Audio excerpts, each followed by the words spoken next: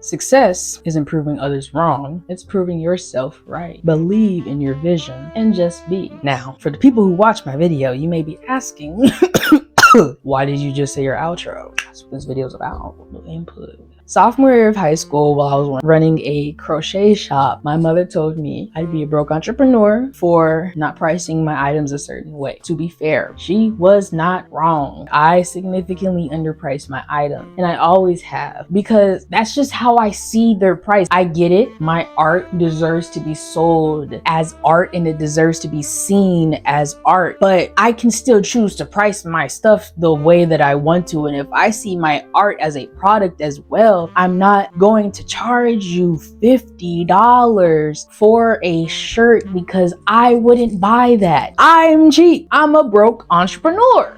I'm not gonna do that to the people that I want to market to. And also, I'm in high school. High schoolers don't have, well, to be fair, some do, but for the most part, high schoolers don't have $50, $60 to just drop on their friend's new brand of something, especially for some kind of like crocheted item. Maybe they do, maybe they don't, but in my mind, I wanted to be conscious of the people who didn't, because I want everybody to have my art. I want people to be able to enjoy my art no matter what circumstance they're in. And I believe that my art can help them, because my goal is to give back to my community. The whole point of being a broke entrepreneur is that I'm not just profiting, my community is profiting with me. So because I was younger and in a different spiritual mindset, definitely different mental headspace, I was going through high school. I was sophomore year of high school. Like, I just basically got here. I shut my creativity off. I really felt discouraged by that. And I went through 5 years of creative blockages because I was too focused on money. How can I make something that people are going to buy? How can I make something that is worth pricing at this level? And my self-worth was all screwed up at the time.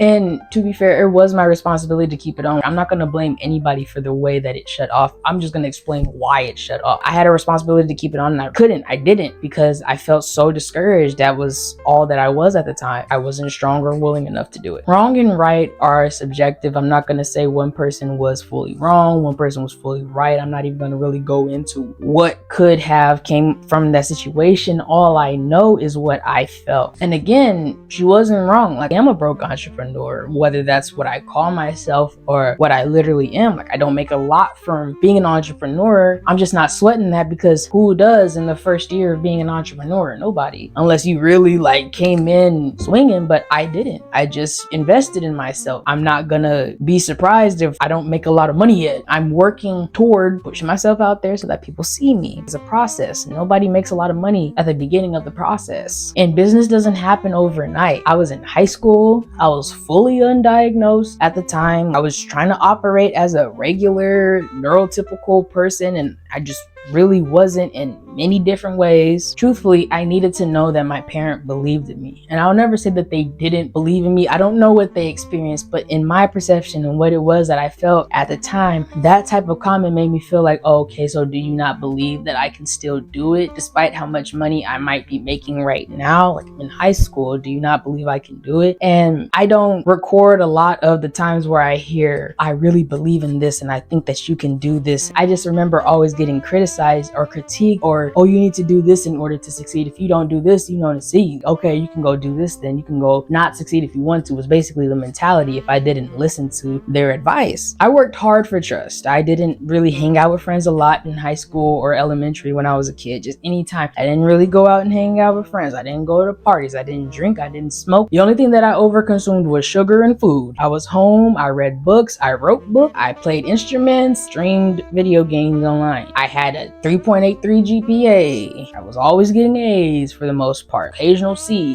One year I didn't do that well, but for the most part I was a great student. Dean's List for all of my years in college. To be fair, I still was an entrepreneur as a teenager, even though I was only making $100 a month. I was still making something. I just always knew that my flow would come, like financial flow would come when I figured it out. my time just wasn't then, or now time isn't even really real. Things happen when they happen. You can't really say, oh, at 11:59 I want this to be done. What if it's not done at 11:59? Then what, 12 o'clock ain't good enough? But to be fair, good enough is subjective as well. I don't always like good enough. I don't always want it. Sometimes this is all that I can give, and I understand if it's not good enough. Some people don't understand if it's not good enough. It just is what it is in that space. But it didn't matter. Like, I needed to trust myself more instead of working for family members' trust who just can't get given. People who struggle with trust are not going to give it to you, especially if you're a kid. I needed my own trust. I needed to believe that I can do it. I needed to believe in my vision and just be, but I didn't at the time. What's important is that I believe in myself now. I know that I can do it because I show up like I am right now. I edit my videos. I try to get them out on time. I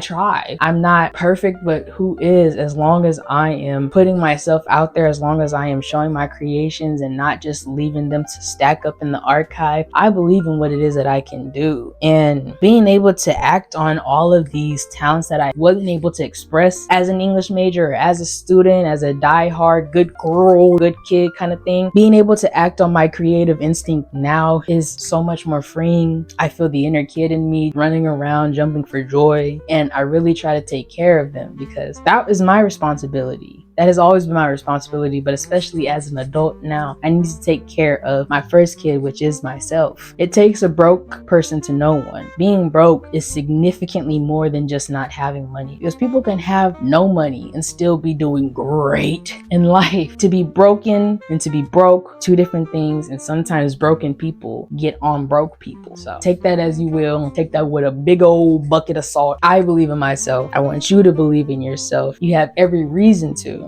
Again, success isn't proving others wrong. That doesn't matter. They're wrong, they're wrong. Success is proving yourself right because you believed in your vision. So just be. I love y'all.